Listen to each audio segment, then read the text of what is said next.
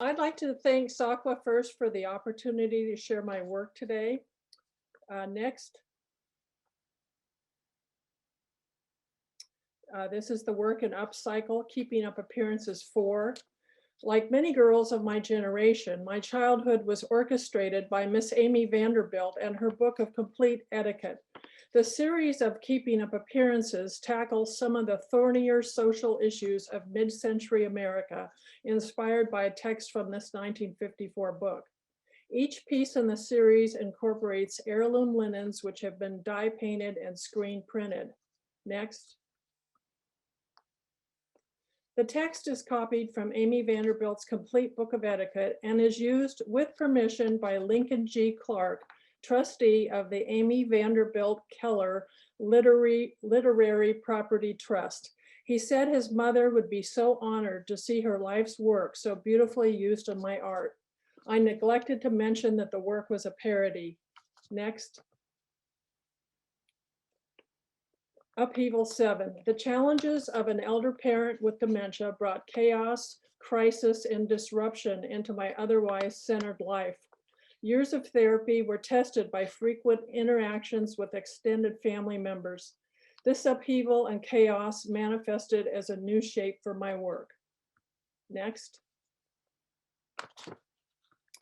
The Defining Moments series was a joint project between the late Marion Coleman and myself.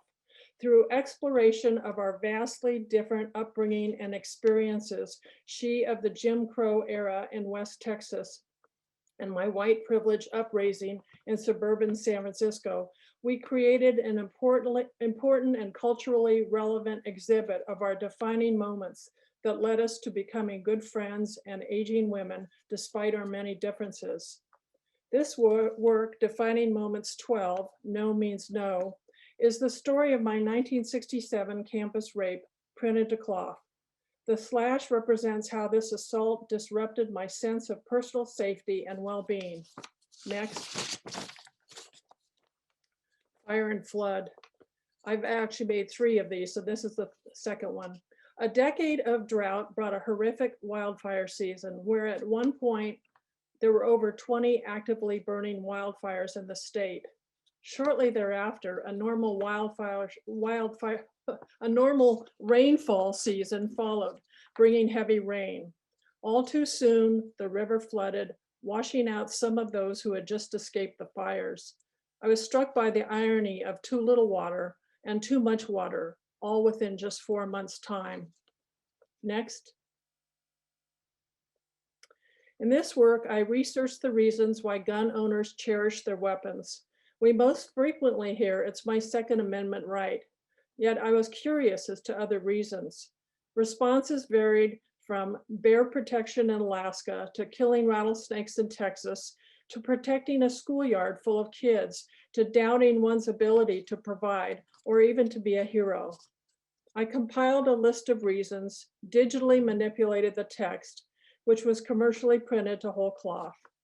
Red textile paint and black hand stitches represent the bloodshed caused by a culture of fear. Next. This detail is from my first piece on Black Lives Matter.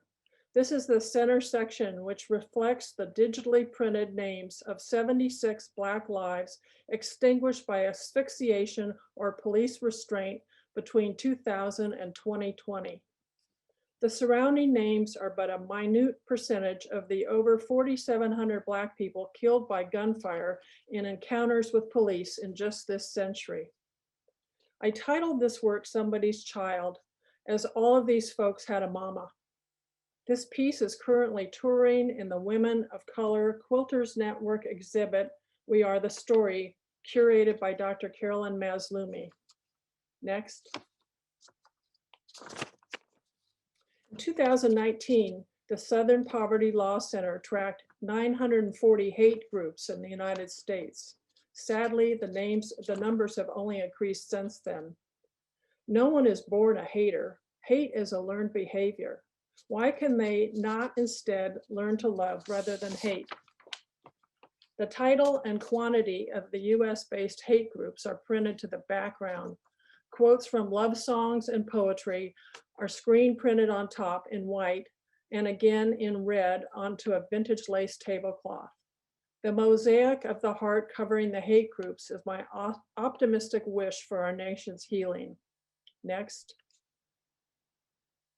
So we've lived in this house for 46 years and I have managed to take over most of it for my artwork.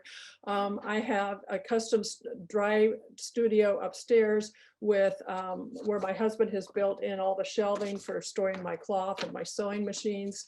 And then in my office, I have a mid-arm, a sit-down Juki mid-arm on a 6-foot table just opposite where I'm sitting.